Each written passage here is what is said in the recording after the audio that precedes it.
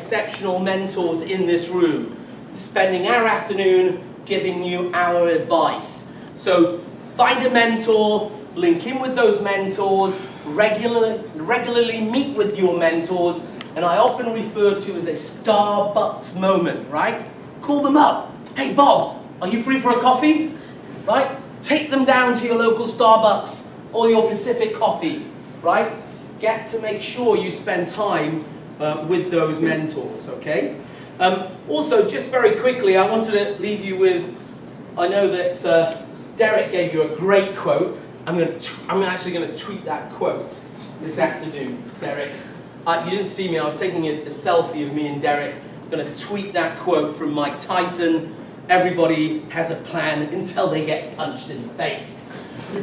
Loved it. My quote to finish on is that last week I had the great privilege to be in Manila for the APEC Summit, where President Obama was presenting. A funny story about that, because President Obama gave a speech and then he did a discussion. He actually sat on a panel and he moderated a panel with Jack Ma, Alibaba, and an entrepreneur, a local entrepreneur from the Philippines. Amazing. His key message is how can we empower, how can we support, and how can government support the next generation of entrepreneurs. The next guy after Obama was President Xi Jinping. And President Xi, for me, gave a really excellent presentation. And he said it's important, I quote, emerging economies and entrepreneurs in those emerging economies need to be bolder in their future innovation. That was the president of China talking about entrepreneurship and talking about innovation and about being bold. So my message to all of you is be bold. Thank you.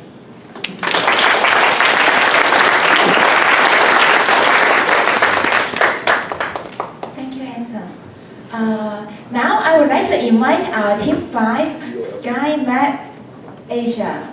Please come to the stage. Thank you, everybody. I'm here to make some impact, and I'm going to start my presentation in a bold way from back here, because the panelists are absolutely right. We are here to learn, and thank you very much. First off, I want to extend my gratitude to Desmond for inviting us here. And I want to extend my gratitude to the panelists for being here and spending your free time. Of course, it's been wonderful. And of course, to all of you, I want to thank you for attending as well. My name is Michael. I'm from Canada, and I'm an entrepreneur. SkyMax Asia is an innovative and disruptive general aviation service in China. First question, why am I here? I am here to introduce you to the project, to sell you on the project, and to sell you guys on the project and hopefully raise some money. That's what we're here. Now, let's get into the presentation. I'm going to start with the elevator pitch. Very important. We don't even have 30 seconds. It's a very short building that I live in. So here's a 15-second elevator pitch. SkyMax provides executive charter and seaplane aviation services in the Pearl River Delta. That's who we are. We are going to develop our project in 2 phases. Phase 1 is airport to airport executive charter services. Phase 2 is waterfront to waterfront seaplane services. Now, both of these phases of the project utilize the same aircraft. It's the Canadian-made DHC-6, the Twin Otter they call it. And one interesting thing about the aircraft is that it was just in the last few months certified for airworthiness in China. So now is the opportunity that we have for bringing this aircraft together, putting it in with our customers, and starting the service. Now is the time. A little bit about our market. For phase 2 is where we're going to start with in the presentation. We'll talk about phase 1 later. Phase 2 is the exciting part. Phase 2 is the waterfront to waterfront operations, and we've developed a brand appropriately named Waterfront Air. It utilizes the seaplanes to fly in the Pearl River Delta. The Pearl River Delta, as you must know, is a very huge place. The population, 60 million people live in this area. It presents us an amazing opportunity for the people that we can attach there.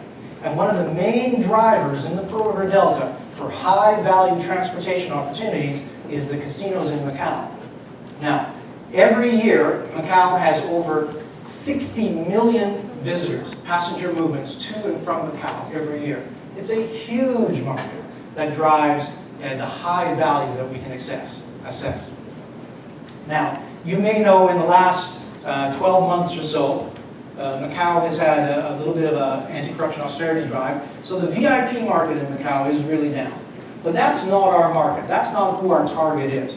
Our target is the upper mass market. The travelers who be flying or traveling maybe once or twice a year to Macau, going in to do a little sightseeing, going to do some gambling, the upper mass market, and that's the same market that the casinos are addressing recently as well, trying to develop, because we know the VIP is maybe not a sustainable market, the mass market is where it is. So really, that's who we're trying to address and what we're capturing. Gives us a tremendous market opportunity. Now, this is our vision. Look at this picture. You look out the window. Just imagine flying through the harbor of Hong Kong Harbor. When I came into this room today and I looked out this window, this is amazing. This is the view that I imagined flying in my airplane, flying from Kai Tak over there, flying through the harbor over towards Macau. This really is what is going to capture people's imagination. It's going to drive them. It's going to make them very excited on the emotional level of taking our service. Now, how many of you have been to Vancouver? Raise your hand. Excellent. And you've seen the seaplanes in Vancouver taking off from Cole Harbor, flying through the harbor, past Stanley Park. It's absolutely amazing. It's breathtaking. And we want to provide that same experience, that visceral experience. Now, what is innovative about this? This doesn't seem innovative at first blush. Well, when I went to MBA school, we learned that innovation takes many forms, and in this case, what we're doing is we're taking an old, established idea from Vancouver, from Canada, where I'm from, Canada, and bringing it into a new area here into Hong Kong, the Pearl River Delta. So that's our innovation. That's what's new. And that's what we hope will capture people's imagination as well. And we know that recently we've had a tremendous amount of great press in Hong Kong, Macau, and China in general. We've been able to capture the imagination of the local press, capture the imagination of the citizens of Hong Kong, and capture people's imagination, giving us a great opportunity to develop here. One other thing that I found has been great in enabling people to capture the imagination is my business partner. My business partner, his name is Peter De Canso. And if you recognize the last name, it's because his father started Cathay Pacific. 1946, Cathay Pacific was founded here in Hong Kong. The next year they founded another company, the Macau Air Transportation Company, which actually flew seaplanes, water airplanes, flying from Kai Tak, flying to Manila and Macau and other places as well. So not only are we capturing a great opportunity, but we also have the historic cultural background, reintroducing and rebooting the cultural history of Hong Kong. We know that the seaplane is an emotional, experiential, and truly a romantic way to travel. So that's phase 2 of our project. Phase 1 is how we're going to get to phase 2. Phase 1 is using the same aircraft on wheels, standard executive charter operations, airport to airport, flying from Zhuhai, flying from Shenzhen, flying from Guangzhou into Macau. And in many ways, tapping into the same market that we're using with the seaplanes. Now, when we talk to the client, the customer, generally the clients in the casinos in Macau, they tell us that a vast majority of their customers are coming from China, of course. Probably about 75% of the gamblers in Macau come from mainland China. And many of them are coming from Beijing or Shanghai, flying in, but they do not like to fly direct into Macau from Beijing, for example. And I could not figure out why. Why is that? Well, what it turns out that many people like to be a bit more discreet when they're leaving Beijing. They don't want to tell their friends or see on their ticket that they're flying to Macau. They're a little bit more discreet. They like to fly to Shenzhen, fly to Guangzhou, and then transfer onto a service like this. That's how we're going to capture our target there. Now, who else? Who is our sort of our competition? This is where we are disruptive. Currently, as you may know, there are helicopter operations here in the Pearl River Delta, flying from Hong Kong to Macau, Shenzhen to Macau, and other places as well.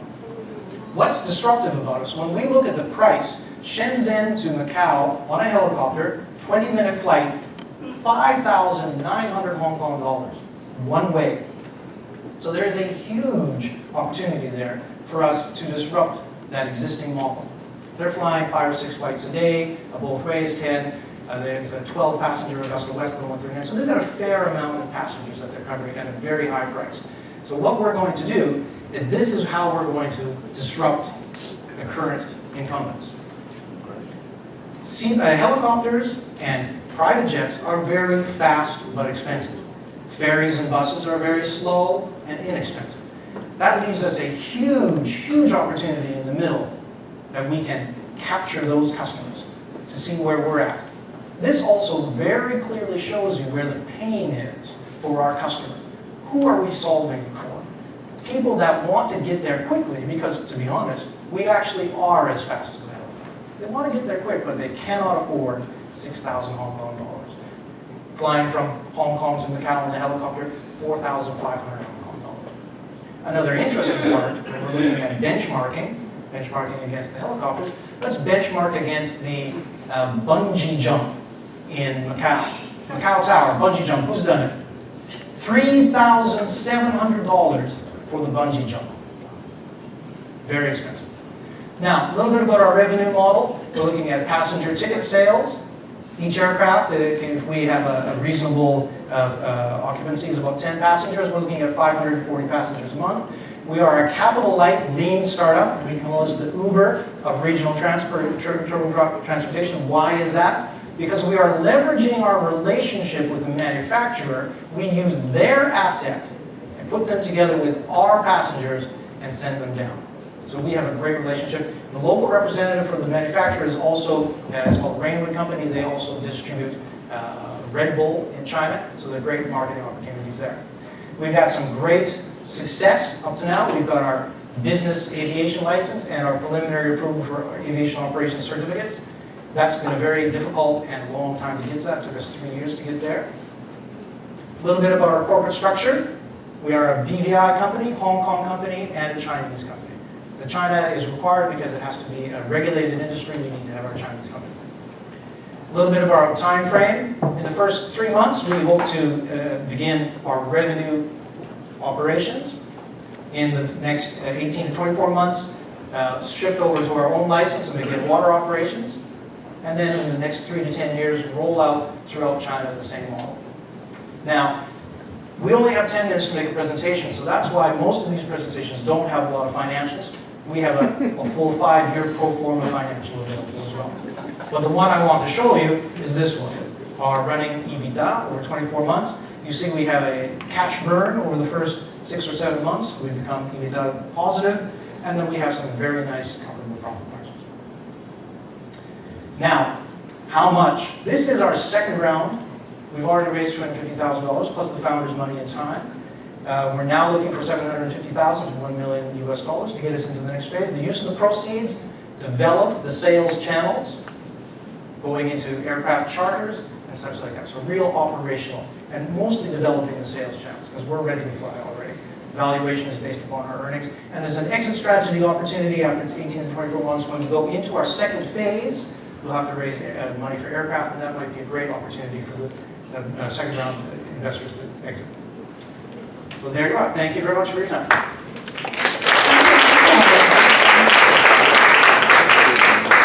Hello everyone. Regardless of money, how many of you would like to try Michael's company service? Come on, everybody. Your Regardless hand. of money, come on, put your hands up.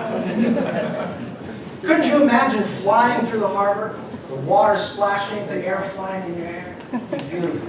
Absolutely fun. Wonderful. May I have the reason why you Yeah, would give me like something to good to work on. I'm just a student, so I don't really have the luxury to try it, but it sounds like a really good idea. I really like the way that you target this speediness and the fact that it's way more cheaper than the helicopter. I really like this idea, and I can imagine how you just scroll through the water surface. And yeah, it just looks very fun to me, and I feel that your idea is really well developed. So that's why I kind of, if I have the money, then I'll bet on you. Thank you very much. That's a bet I will take.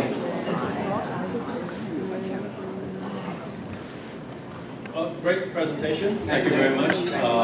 And it's very different from your conventional kind of pumping. Yes. The few things I want to ask is, talking about phase one that you are allowed to fly, where are the areas or the points that you can fly right now? Sure. The aircraft is not suitable for very long flights. So you wouldn't want to be in a small aircraft. Inside is similar to like a green minibus. We're still talking about the competitor ones, right? That's Like correct. the land ones, not the water ones. That's correct. They use the same aircraft. Both we would have one aircraft in our fleet to lower our maintenance costs. So the same aircraft inside carries about, it's designed for 16 passengers. If we've got a load capacity of load factor of about 65% or so, 10 or 12 passengers in there. So you can imagine you don't want to be in there for much more than an hour. That gives us a range of about 200, 250 kilometers. Basically, there are 5 or 6 airports in the Pearl River Delta area that we can begin operations in our phase one. Your license on that, you're approved by the aviation in China? Correct. Phase one will be using the manufacturer's license. We don't even need our own license on it. It's basically an operational lease or a charter lease. We utilize their operations, and our customers put them together like Uber or something like that. Okay. Well, why go through phase one and not directly into the water aircraft? Right. Originally, that was our plan. You know, we can just spend the next, we can do some fundraising now, spend the next couple of years working on our own license, developing the water landing areas. But we think it would be much more suitable to become revenue positive, get into the field, get into the business, get established, operating the aircraft that we have right now, ready to come into the country. And so, rather than having quite a substantial burn, we would rather have a small burn and become revenue positive, and then expand into phase two. Okay, that's logical. But from an investor point of view, your core strengths will be on the water one, will be on the water airplane, and that really attracts a lot of attention. How far are you right now in phase two in terms of? I see some of the press clippings around here, but in terms of the license and everything, getting into Hong Kong will be very difficult. Absolutely. But then again, we're talking about in China, what kind of places that you have, or the government, the local provincial, they have actually expressed some concerns or attractiveness in terms of getting water airplanes in? Yes, we've signed a couple of memorandums of understanding already. We've actually signed one with the Shenzhen International Airport for using their land operations and water operations. They have a dual mode there. We've also signed an MOU with the municipality of Nanao, which is in East Shenzhen. They really want to attract development and connectivity there for the water operations. And we spent a lot of time working with the Macau Business Aviation Terminal to bring in our land operations there as well. A third place that we're looking at, we're looking at the new area, Hengqin, which is next to Macau.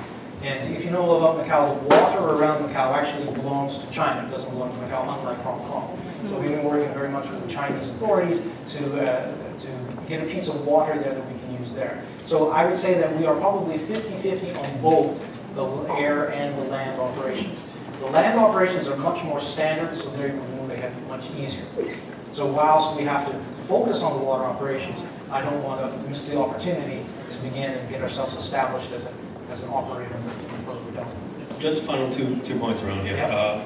I just recently went to the Hengqin operational office opening in Hong Kong, and there is a lot of buzz in terms of the area around Hengqin and using it as a center where it actually works around with the places that you have in the map there. Yeah. So there will be a lot of infrastructure building along here, the bridge and everything, which is good because they're trying to develop a lot of economic zone over there. Yeah. That's one point. The second point will be if you're going into it, which is good in a way because you know that it's not phase 2 won't be coming in very soon. Mainly because if you're using a watercraft, you need a special pier.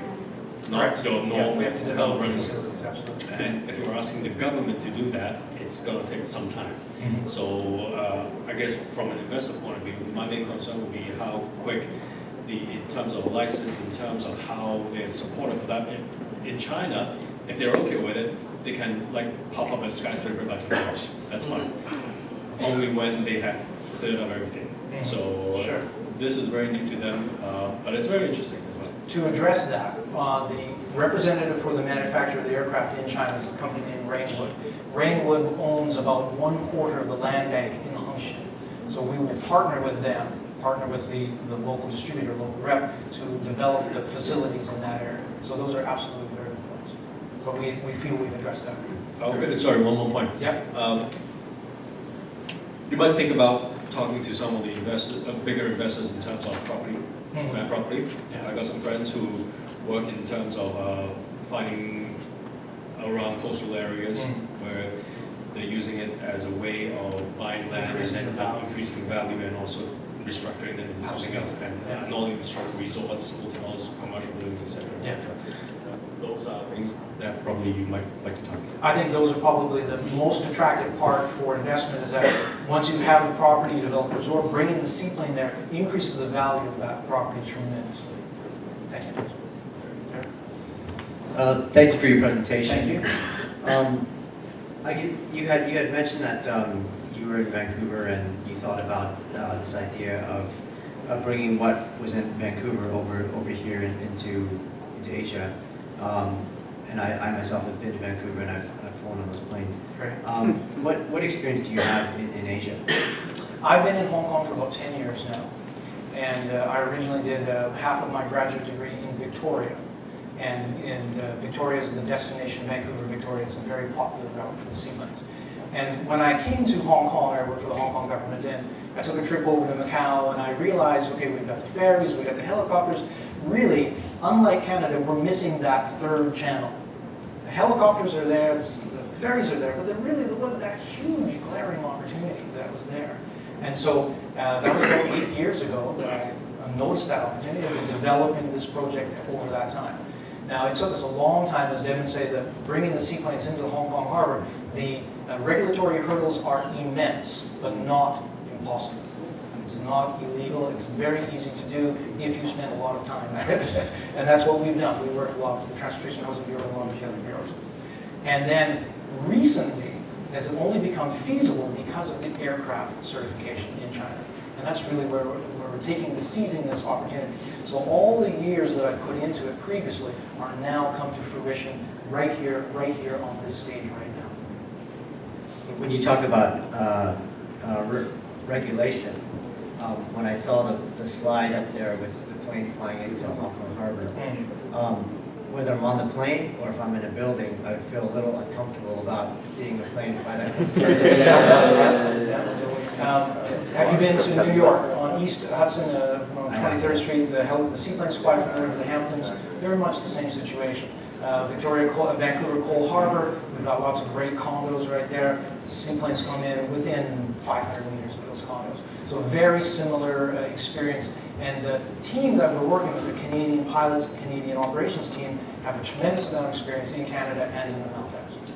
I'm just thinking that, with Hong Kong being labeled as one of the busiest harbors in the world, with the tall buildings all around, right on the waterfront, Sure. the government actually allow planes to fly and land in such a hectic harbor. Yes, good with point.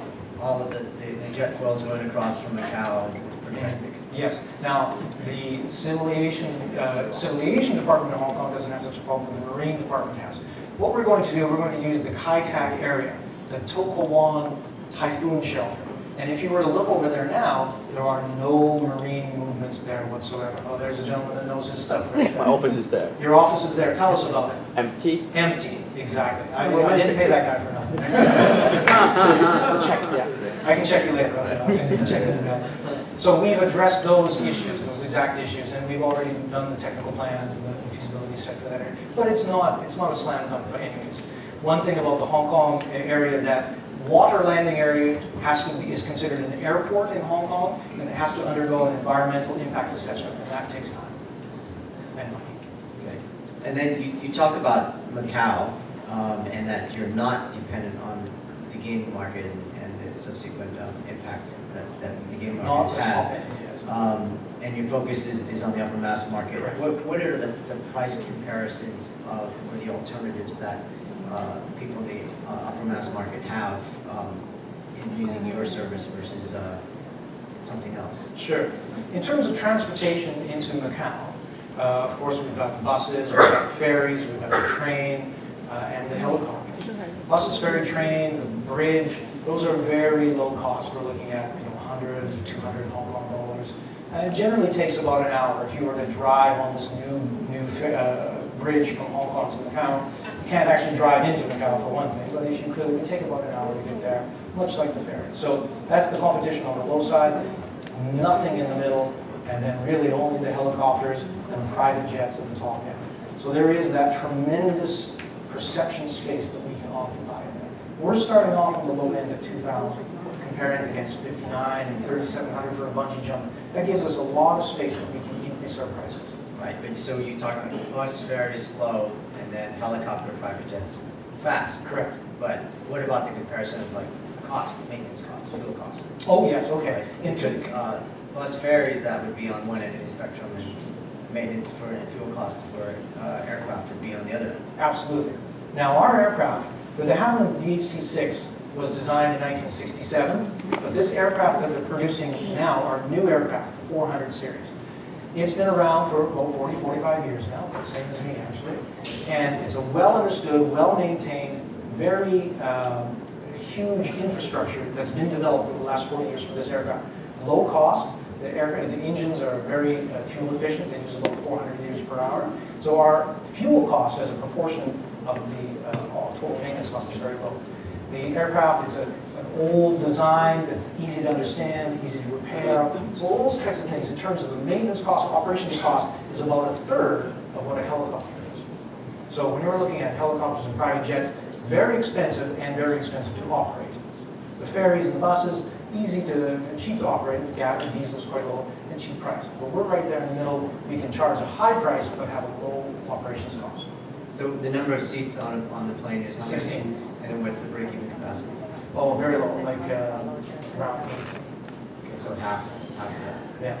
Now, we also take into factor weather factors, where we only fly about 95% of the time. So we want to work about 27 days a month. And if we can begin with just one flight from Shenzhen to Macau and back, 500 passengers in a month. And that gives us very profitable. Our gross margin is around 65%, and our net margin is in the mid-40s. Okay. And then you had a map up there that showed different cities that you could do the flights from. Yes. I didn't see any like second or third tier cities out there. Yeah, when we look at the bigger picture, those are some of the places that we can go, Jieyang and Huzhou and some of the other smaller cities, but it's very much dependent upon what their city center looks like. Because we really, on our second phase, want to fly right onto the river, right downtown, and pick people up. Could you imagine that catching the seaplane here downtown, and flying up to your banker in Guangzhou and coming back, really from here to the river and back? That's what we want to offer, that convenience. So it'll take us a little time to select good sites in the area and determine where's the best landing locations in second-tier cities. And looking then on the first phase, airplanes that land at the airports, there's a limited amount of airports in our operational area here to begin with. We can look down the road at changing an aircraft into the King Air, the Beechcraft King Air, and that'll give us a much larger range that we can operate on. And look at a lot of second-tier cities like Chengdu would be a great opportunity. And then you don't own the planes, right? So you're actually running like a charter business? Correct. In the first phase, we will be chartering directly from the representative, putting it in with our passengers. Second phase, then acquire our own aircraft, put them on our own license, and build up from there. Okay. And my last question, I was looking at your company structure. Why BVI? It's a good way, if we're going to do a lot of ticketing, we can do the ticketing offshore, either in Hong Kong, and then channel the process back to the BVI. If we're going to bring in investment, we don't want to change the shareholders of the domestic Chinese company, because then you get into licensing challenges. So it's best if we sell equity into the BVI company that holds the whole group. Okay. Thank you. Thank you very much for questions. Michael. I've heard this before. I wonder how it ended. You gave us an amazing picture of flying into Victoria Harbour, and then you're actually telling us we're going to have to fly into Nau Tau Kok. There are some challenges with the center part of the water. You built me up, and then you sent me crashing down. But actually, Michael, I have to say, I did like the presentation. I have to say that great storytelling.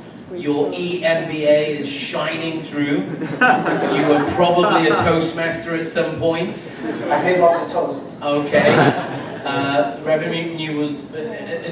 revenue model is pretty clear. Thank you. I have a couple of questions, but we'll talk later. There is also an issue about sometimes being a little... Yes, absolutely. I have to say, sometimes, my tips to the audience earlier on, sometimes you can be a little bit overconfident. Anyway, I'm sorry if I was... Yes, overconfident. No, but I had to say, one thing that really summed it up for me was one sentence that you said early on, a little bit earlier on, when you said, "We are the Uber of regional transport." I suddenly, boom, that helped me get the message. So I have to say that I did like the questions. Also, Derek, you asked a lot of questions, mate. You didn't, because the questions I wanted to ask were the same as yours. But I have to say, yeah, you also, I think one of the biggest concerns I have would be those regulatory hurdles. Because having dealt with the Hong Kong government, Absolutely. Can I address that? Please. That's one reason why we became a Chinese company. Because certainly those regulatory hurdles here in Hong Kong exist. They're very clear, very transparent, but very rigid. So we felt that beginning as a Chinese company where there's a little bit more flexibility in how they implement the regulations will give us the experience and the authority and the reputation to come back to Hong Kong and break down some of those barriers here. And I guess you talked about the fact that you're going to fly, 95% of the time, but customer satisfaction, what if I wanted to fly that 5% of the other time? Absolutely. Now that's an issue that the helicopters deal with on a daily basis, that under inclement weather, we have to cancel flights. We have to have a really good relationship with the ferries or alternative transportation to get our customer where they need to go, because we know people really sometimes do have to be there. So these are issues that we have thought about in depth and have alternatives. And again, your team, I didn't really hear about your team. Is it Michael? No, Or is Michael there Peter, somebody else? the co-founder Peter, his father is in cancer, who's passed away. Now the other part, which I want to talk back to Mr. Deng, now our Chinese partner, we spent 5 years talking to hundreds of potential Chinese partners, strategic Chinese partners. In the end, that was certainly absolutely the most difficult thing that we could find. Aviation in the whole world is a very regulated industry. In China, it must be 51% owned by a Chinese person. In the end, we ended up going with our accountant that we had known for 8 years at that point. And we put him into the position, great guy, the most trustworthy person I've ever met. Doesn't even drink tea, just drinks water. So there's myself, the co-founder, the chairman, and our initial high net worth individual that put us in. Most trustworthy person you've ever met until he screws you over. Yeah. Well, it's been a long time. So you can probably say that about anybody.